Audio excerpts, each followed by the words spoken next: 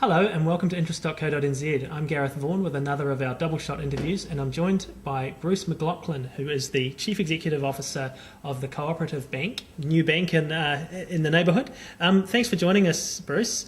Now, obviously, you just joined in June. Formerly, the Co-operative Bank, of course, used to be the PSIS, got a banking licence from the Reserve Bank last year. You've come on board from Westpac. What's attracted you to join Co-op? Well, look, good afternoon, and thanks for having me here. In the first instance, I was looking to do something completely different, and I wanted to do something really with a New Zealand focus. My personal passion is about helping New Zealand and making a real difference here for the future, and I think the banking industry is rife for having another great New Zealand banking business. And you've obviously it's a small bank compared to some of the other players out there. You've said in a recent newsletter that most New Zealanders have never heard of us. Now that's obviously a challenge as you look to increase your profile, increase your business. How are you going to try and overcome that fact? Yeah, well, look. When the business got a banking licence in October last year, it was rebranded as the Co-operative Bank. I think it's a great name. I think it really tells the public who we are and what we are. But the fact is, due to the timing at that stage, it was Rugby World Cup. The business chose not to go out there with a big branding exercise. And then obviously with change of chief executives during the course of this year has been another reason not to go out and launch. But certainly our plans are absolutely to get our brand out there, and I say let New Zealanders make an informed choice, because today they're not making an informed choice because they don't know the option that is the Co-operative Bank. So how are we going to do that? I think you may have seen some elements of that starting over the last couple of weeks as I've been going around the country, spending a lot of time talking in local communities and in local media. We have begun a media campaign this week on radio, which will run for the next couple of months. But to be frank with you, that's all just an interim process, because we've been going right back to square one with our bank and saying, what is our target market? Who are these people in New Zealand that the Co-operative Bank appeals to? We've re-looked at the whole positioning of the bank and where that needs to be positioned for the long term. So we're going through that exercise, which is really important before you do a brand launch. You've got to know exactly who you're targeting and with what. And so that's, in the 3.5 months since I've been there, that's where a lot of my effort's gone into. So who are you going to target, and what is the benefit of being a cooperative? And I mean, how does that differ to a building society like, say, SBS? Yeah. Well, a couple of different questions in there. And the first thing is you don't get to pick your target market, they pick you. I mean, New Zealanders will choose the brands that they want to deal with.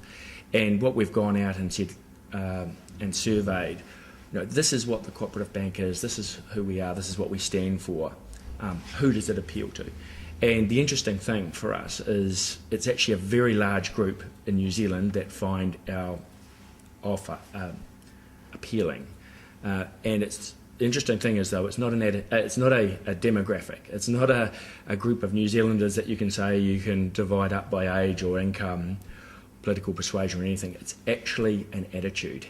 So we find the attitude exists in New Zealanders from north to south, of all age groups, of all incomes. And there is a common element in that target group, and that is that they care about New Zealand and they care about people. And that real caring attitude is really our target. And it's really interesting. It's a marketing challenge, because it's having a clear demographic is way easier than having an attitudinal target segment. But it's quite exciting just looking at what we can do with that. And are you looking to significantly increase your customer numbers, or are you looking to get more business off your existing ones, or a combination of the two? Well, look, I'm personally 100% confident that in the next 10 years, another Kiwi bank will emerge. Another New Zealand-owned bank will end up as a major player in New Zealand banking, New Zealand retail banking.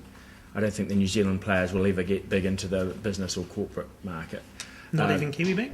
I think it's pretty doubtful that they'll get of any material size in kind of corporate.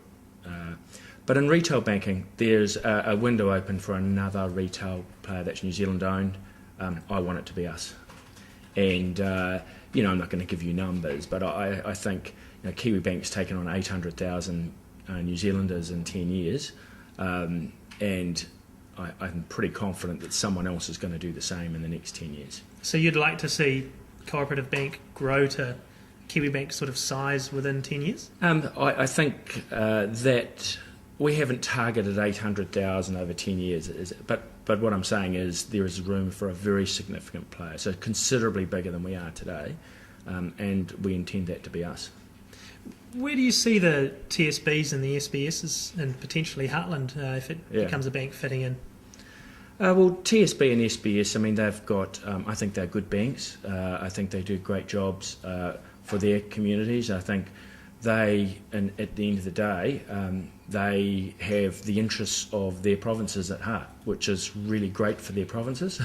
But, the difference with us is we're a truly national business. So ultimately, the benefit that will accrue from our growth will actually accrue to all of New Zealand, not to Taranaki and Southland and Hawke's Bay. So, I think that's the real difference for us. Heartland, I don't think I can really make a comment until they get a banking licence. I don't think you can really project what their future may or may not be, and I wouldn't want to guess whether they will or won't get a licence. I'm not aware of where they're at in that process. Obviously, with Kiwi Bank's growth, they have primarily grown through mortgage lending. They've had very strong growth in that market, but it's obviously slowed in the last 2 or 3 years as overall lending growth has slowed down. We're now obviously in this post-global financial crisis world. We're in a world of low credit growth. Yep. So where do you see your growth coming from over the next 10 years to get to that sort of scale? Well, look, it's about retail banking, and it's about doing the everyday business of everyday customers. So I think it's wrong to focus too much on mortgages. The heart of any banking relationships is a customer's current account, and the way that links through to the way they facilitates them to live their lives, particularly these days through online services and things. So the current account is still the core of banking, and everything else feeds off that. Personal loans, credit cards, ultimately, mortgages. It's about it's not actually skewing your business towards one product set like mortgages. That's just one product, a very capital intensive product too. So these days it's about core banking. It's as much about funding as it is about loans. Yeah, funding was my next question actually. Obviously there's a lot of competition around retail funding these days. Again, that post-global financial crisis world, the core funding ratio, the big banks are in there looking for deposits probably more than they used to. Do you think there's room in New Zealand for all the smaller New Zealand owned banks, or do you think we might see some mergers in the future? Look, I think as everyone is at the moment, I think everyone's trying to work out their space in the market. I wouldn't like to kind of guess where that goes. I think if you look at particularly TSB, SBS, they're after the interests of their local provinces, and so there'd be a strong parochial element behind them. So I wouldn't want to guess what may or may not happen to them. There's really not that many other players if you think about it. So I don't see any major changes there in the foreseeable future. Okay, but you're very much talking about Co-operative Bank as a national player, as opposed to those ones that are, as you say, looking focused more on their regions. Where do you see your growth coming equally in cities and rural areas, or are you more skewed towards the cities, do you think? Well, the target group, so the New Zealanders who say that what the Co-operative Bank offers is of a great interest to them, are national. So it's not, as I said, it's not a demographic, but the reality is 40% of New Zealanders live Hamilton North. So if you're going to grow in New Zealand in the future, you have to have a big focus on that end of the country, because that's where a lot of the growth's going to come from, and we all know that's the young market is Hamilton North. So it's it's a different strategy in Hamilton North than it is for the rest of the country. How exactly does it differ? And what are you particularly doing up in this part of the country that might be different to what you do elsewhere? Yeah. Well, 3.5 months into the job, Yeah. I can tell you it's rather than what we're doing, it's kind of what we're planning to do. Clearly, we need more points of representation up here, no question. Clearly, you'll see a lot of our brand efforts will go up here. But it'll go everywhere, depending on the distribution of the population. But it does mean that there has to be a lot of emphasis on this market. I mean, this market is much more multicultural, we all know that. It's much younger. So you really have to have strategies that are focusing on those aspects. And, we've got some interesting ideas for the youth market for the future, which I wouldn't share with you today, but maybe that's something for a year's time. Yeah. And looking at the funding side of the equation, I mean, are you confident that you can continue to fund yourself through the retail market, or will you guys look at some point to raise wholesale money? Well, look, we 100%. Our core funding ratio is 106%, 107, I think it is, at the end of September. So retail funding is not an issue for us. Actually, the other side's been the issue is make sure that we're doing enough lending. And I think you're seeing in the market with the deleveraging going on a huge change in the core funding ratio. Obviously, the Reserve Bank stepped up their requirements for 1 January. But it looks like everyone's on track for that. And the other thing is just look at the population dynamic and the baby boomers going through. Their need to deleverage is absolute. Their need to save is huge. So I think there is a large kind of groundswell of the population that are really focused on saving. And I don't think that's going to change in the next 10 years anyway. So I think over time you'll see funding will probably the pressure in the retail funding will just continue to just ease off a bit. Obviously, being a cooperative gives you a point of distinction. Your members are your owners, so they potentially get the opportunity to share your profits. Are you still looking at paying some rebates? And I mean, how soon might that happen, and how much might it amount to your customers, members? Well, the cooperative nature of our business is what excited me, and joining. I think it's a great model, and if you look at particularly internationally, now there's a groundswell towards what they call as grassroots banking, where individuals own and control the banks. And, if you look at Cooperative Bank UK is just growing, I think it's nearly 10% of the market now, which is partly a reaction to what's been going on with the rest of the banking industry over there. But when we've kind of gone and researched what other cooperative banks have done around the world, I mean, a real point of difference ultimately is the rebates. My personal view is that is central to us going forward. Obviously, the board have taken the view up to now, a very responsible one, which is if you're going to pay rebates, it has to be sustainable. And particularly with all the changes and rules around bank capital, Basel III, etc., has meant that really there's been too much uncertainty around that to go out with confidence and pay something like a rebate in the past. But certainly the board's kind of official position is certainly their intention to go down that track, but they'll only do it at such stage that they're confident about the capital position and the sustainability of it for the long term. So I can't say beyond that at this stage, but it's certainly very much on our agenda as something to do in the future. And my personal view is also with the cooperativeness, it's a real reinforcer of that point of difference. And it is one of the things that makes a cooperative unique.